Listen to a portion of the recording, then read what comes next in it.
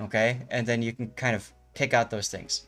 But you guys did a great job there. That was a good example of good division team play while you're communicating. I know Sith was streaming during that as well, so she's obviously interacting with chat as well. She's not completely focused on the battle, so you have to keep that in mind too. All right. Now, thanks again for saying that one in, Rob. Nightmare. Dixper is a program that you can use to mess with me. I have that on when I'm playing Worships myself. I don't have it on when we're doing replay analysis because our focus is on the player and trying to help the player get good, or show what they're doing that worked out really well so we can talk about that, and highlight their mistakes and stuff so they can improve, okay?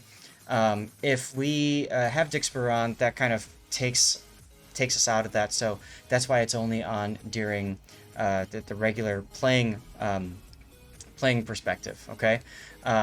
What Dixper does is it'll do things like blur the screen, rotate the screen, do jump scares and stuff like that, and it's all designed to take me out of the battle and try to get me to lose, right? Try to get me to die. It's a lot of fun, and it's a really cool way that you guys can interact with me, and kind of participate with the game instead of just simply type in chat or whatever. That's what Dixper's all about. Um, so hopefully that'll help you explain what Dixper is. Um, you basically, if you're a sub, you get containers automatically through Dixper when we have it going. If you go into Dixper, you can also purchase containers as well. And of course, that is something that helps generate a little bit of revenue for me, but I don't really care about the money side of it. As a matter of fact, I have the stuff set to the lowest price possible because I just don't care. I want to make sure you guys can get stuff and just have fun. So, okay, this is Ghost Rider. Negative Ghost Rider. The pattern is full. So I'm going to let Ghost Rider know we're covering his game. I see some other replays being posted uh, into the replay analysis channel, so that's good. I've got those downloaded. Excelente. And I'm sorry. sorry, I was looking at the post that I made when I posted the Flint replay. I did some middle action in a reference to the previous Flint match that I sent in. Okay. Where I basically played the middle in a ranked match with Captain Honor against Captain Honor. Dang. I don't know where I'm going with that. I don't see that post anywhere. I just see your Flint game. Well, it was a while. I think it was the previous patch. Oh, okay. Okay. Gotcha. Right. So that we can't do that And now. it was, and I had titled it like Outplaying Captain Honor or something like that. Okay. Now let's talk about what Ghost Rider's doing here with the Maerker. He's bottom tier, just like the last game you guys were bottom tier. And this is, of course, the tier 8 brand new German destroyer. 150 millimeter guns. They're quite punchy with AP. There's really no reason you'd ever want to fire HE. The only problem with it is, especially when down tiered, I mean, anything with radar is a huge threat. You can see Ghost Rider is staying outside of radar range of the Baltimore. I like that. And he's staying in position here to shoot the Yamato, but he's not continuing farther south. He's leaving himself an escape route to turn farther north if he has to. I like this play. A lot of destroyers go in front of the islands here and get themselves stuck, myself included. Probably something I would do as well. Yep. Or I would push straight into the middle and die. Yep. Now I can never figure out how to play this game mode. I like the decision of shooting torpedoes at the Baltimore, because if the Baltimore sits there, he'll take the torpedoes. If the Yamato slows down and turns at all, Yamato might take the torpedoes as well. So this is good stuff. Sith Kitten brought in her legendary booba. Nice. Now, AP against the broadside Baltimore is actually quite potent. So you could, assuming other people are spotting, which is not happening right now, you could, in theory, smoke up and shoot AP. Even into the Yamato would be okay.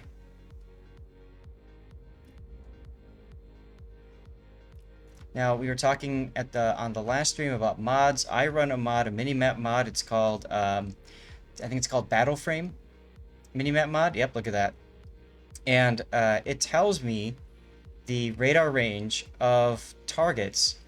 So right now, because you're targeting the Baltimore, it shows down here the radar range of that Baltimore, and that's extremely helpful information for Ghost Rider to make sure that he stays outside of that radar range. It's in Aslane's. I'm not sure if it's in the other one. Mod I was station. able to find it there. You were able to find it there. Yeah, it took a little bit of searching, but I found it. Okay, cool. Exclamation point ticket, guys. We are giving away a CC container in honor of a couple of recent subscriptions, Snowback and Island Cat. You have to be a follower to win. That's it. What's the mod called again, Oddland? It's called Battle Frame, I believe. It's a mini-map mod by Battle Frame. Something like that.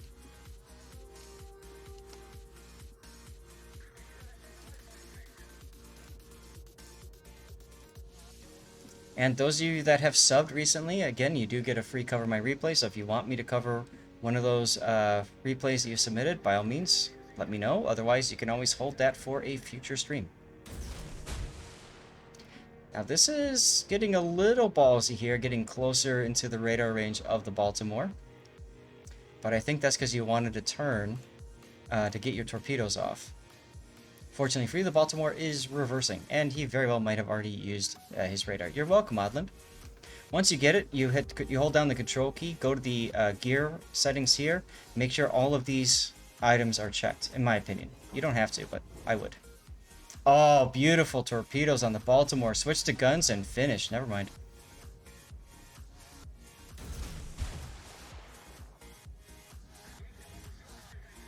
This is good. This is what you expect to see. Just kind of calm, collected, torping on the flank. I was talking to last stream, Oskins, about torpedo funnels, and this is what you're doing. You're using your torpedoes to lock the enemy team into a position here where hopefully the rest of your team can get their guns hurt and stuff.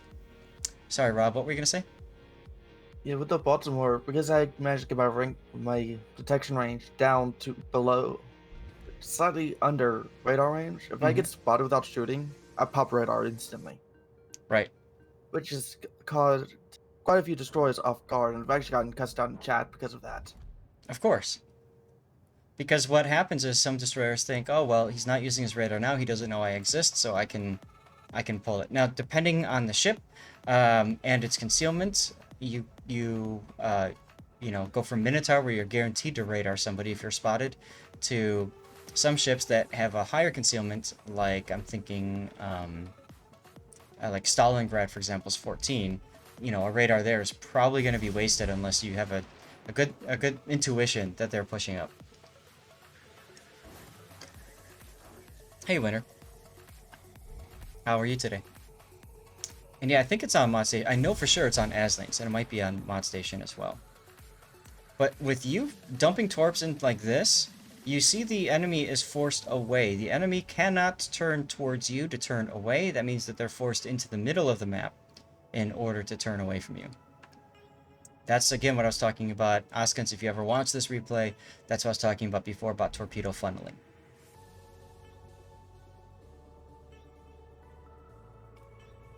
One minute left for Stream Raiders, people. Make sure you put units down here. We've got 56 people here, so we should be all set for getting a Stream Raiders battle in after this replay is over. Now, since these guys have left, Ghost Rider has two options. One, get in the backfield. Two, go in the middle. Personally, I would go in the middle. There are 3 destroyers that need to be handled. In the backfield, you've got a Petro and a Nevsky with radar that could easily ruin your day. So personally, I would turn north here and try to get into the middle to contest these destroyers. Duckman says, I have so many community tokens now, I'm really starting to feel a sense of community. Well, good.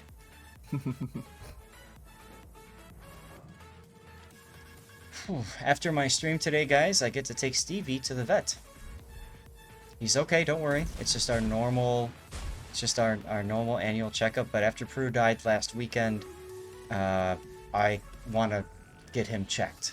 So, we're doing it a little bit earlier than we normally would. That's okay. Yeah, see, now if you had gone north, Ghost, you could be hitting that Benson right now. I mean, the Des Moines and Izumo should be enough to finish him off. Benson will probably luck chuck torpedoes at the Izumo, and Izumo will probably take some damage. Okay, or not. Nope, there's the radar. Now that radar also detects the Maerker, so had you gone up towards the channel, you'd be in a brilliant position to shoot the Benson and possibly get the Maerker as he comes through the channel. Shooting there was not worth it because it just gave away your position.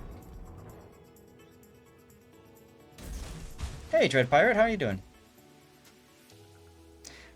Sober Old Sir, are the veteran recruiting containers worth it?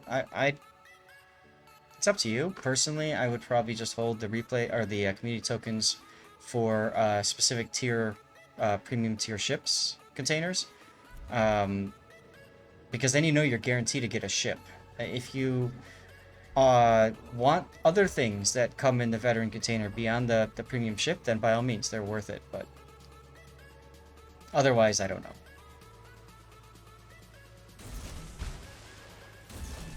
Oh, sorry. We moved away from your view here. Those torpedoes at the Palmer probably won't do jack. Palmer knows you're here. He's turning away. And you can see what's happening. I would have actually fired torpedoes up this channel here, in case the Maerker tries to come around the corner. That would have caught him by surprise. Because remember, the Maerker doesn't have hydro.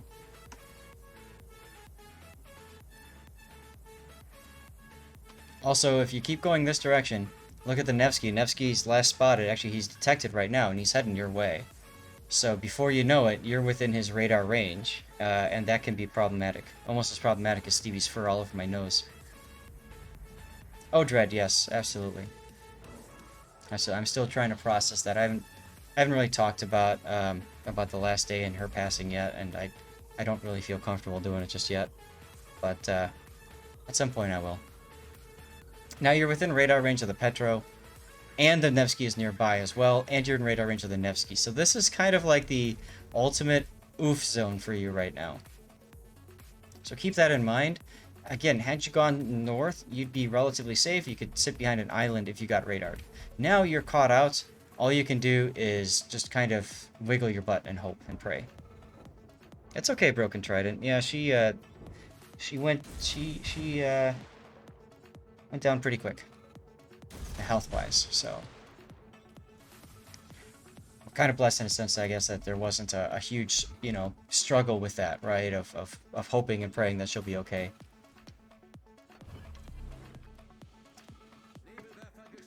Alright, now you are smoking up within the Petropavlovsk radar range and basically saying, hey, shoot me. Hey, radar. You're going to get a couple of salvos in, and then the Petro is going to be like, oh, I'm being shot from the side, in smoke, there's a destroyer there. What's his range? Oh, it's in my radar. Push the button. Fortunately for you, he seems to be really focused on the Izumo, but there's the radar button. And now because you did that, he's going to turn instinctively to get his shells on you, and you're only going to get one torp on him. Thank you, SAT. Stevie's alive, and to me that's the most important thing. He's been spending a lot of time with me lately. He likes to sleep with us. He'll come up and he'll cuddle with me. As a matter of fact, the tweet that I sent out at the start of my stream is what I woke up to this morning. I'll post that in chat so you guys can see what I'm talking about. But I woke up to him. He saw I was awake. He went downstairs to get food. My wife fed him, and then as soon as he got food, he came back up to spend time with me. So he cuddled with me for a little bit and fell asleep. And then about 20 minutes later, he decided he was hungry. So, that's what cats do, right? Okay. At this point, this is pretty much a secured win, right? I mean, the Holland has grabbed the middle cap. All that's left is the Nevsky Z52 that are real threats to you. The Thunder and Vlad should be your food at this point. You also haven't lost any health, so if you want to get aggressive, try to get a few shell hits in, get a little bit more XP for your trouble, you can do that.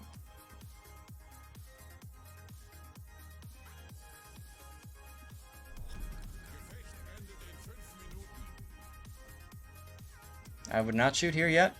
Wait until you get closer. What you want to happen is you want the Zed to turn in. You want him to turn south thinking that you're not a threat, or you don't exist, right? And if he sails away, who cares? You can just focus on the Vlad. But I find a lot of Destroyers players will try to kite back into the fight, especially when it's this low in the battle. Just charge in, says SAT. You can do that. Oh, look. Because you shot, that Z52 is now healing because he had loot yens.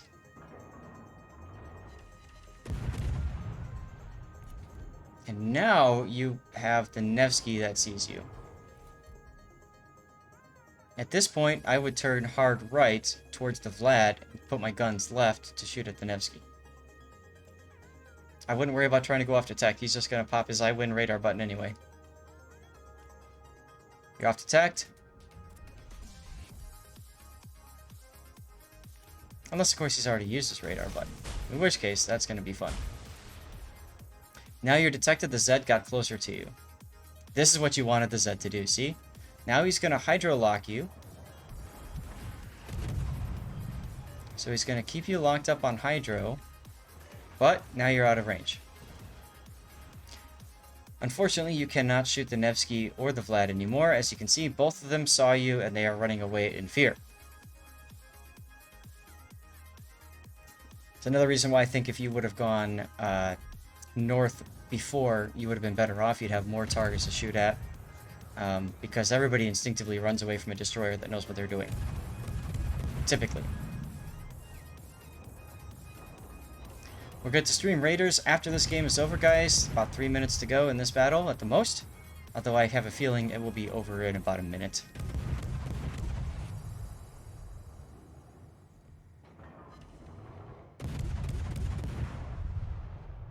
Giveaway is still up and running. Exclamation point ticket gets you into our giveaway. How much time has that been running? 12 minutes. Okay. We'll keep it running for a little bit longer.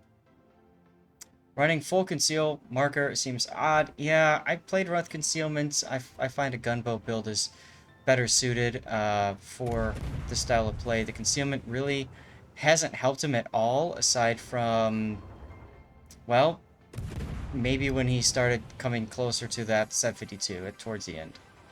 So AFT is probably better, yes.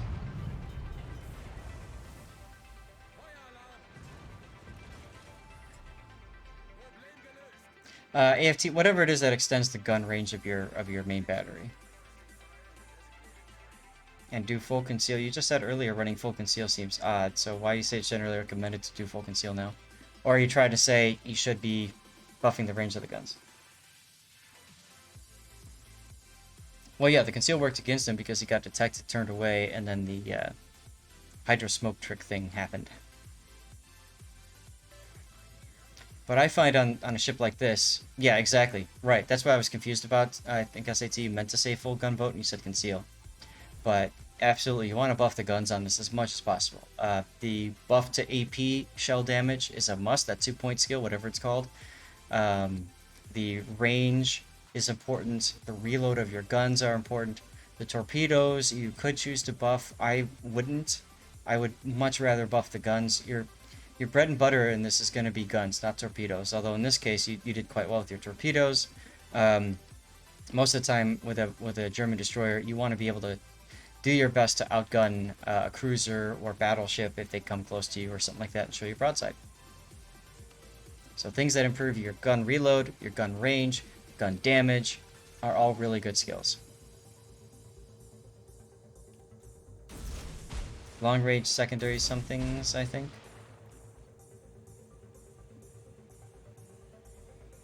It should be something like main battery expert, or I don't know, something like that. Whatever Wargaming wants to call it, I don't know. But you know what I'm talking about. It extends the main battery gun range of your destroyer by 20%, 16%, 15, whatever the percent is, it doesn't matter. Alright guys, we're gonna go into Stream Raiders now. Let's set up a killing field, because that sounds like fun. And let's put that killing field like... Let's put that killing field like right here. Let's just see how that works. I want to see how it works. We're gonna run a 30-second ad as we get started in this battle. Let's go. Main battery and AA expert. Thank you.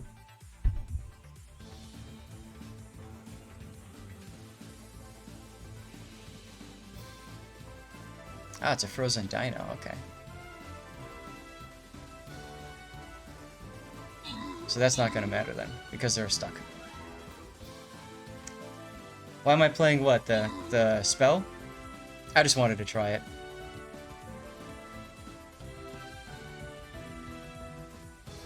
Co-op matches feel better now? Good. Let's go ahead and pull up our Yamato game. Oh, and the dinos have now hatched. So I should have done haste. Oh well. I'm pretty sure we're gonna win anyways. Famous last words, right?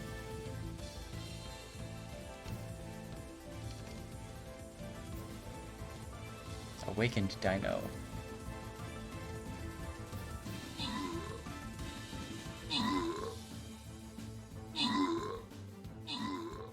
Ta-da! We win. Okay. Fire, I'll get you that scroll. And we said we were gonna go south to get to here. So we're gonna go south now to a 1 skull difficulty, so we'll probably run this battle after this game is over. Let's just put our units, let's put our guys over here. Can do something like that. Should be good. Alright. Let's get to our game.